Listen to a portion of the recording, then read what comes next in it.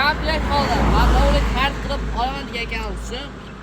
Endilikda Agroservis do'konida yangi va shunday komplekt holatdagi motoliklarimiz tayyor bo'ldi. U holda buni qisqacha tanishtirib o'tib ketamiz. Motolikimiz 7 toshkilik motolik bo'ladi. Yoqilg'i turlari esa benzin yoki 3 litr bo'ladi. Yurishlari esa zavodni orqali yarim tortga yurib ketadi. Starterda emas. Bunaqa g'o'zdiqlar maslinga ishlangan, masliniydi.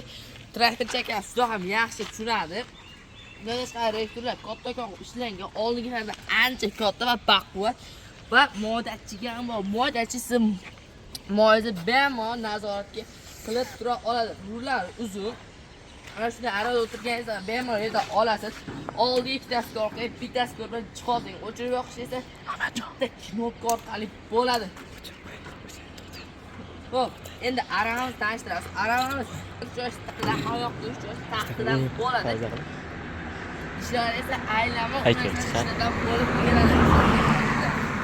Albatta, ishlar esa aylanma universitet ishlaridan biri bo'ladi. Motovoz harakatda ham arava aylanmaydi.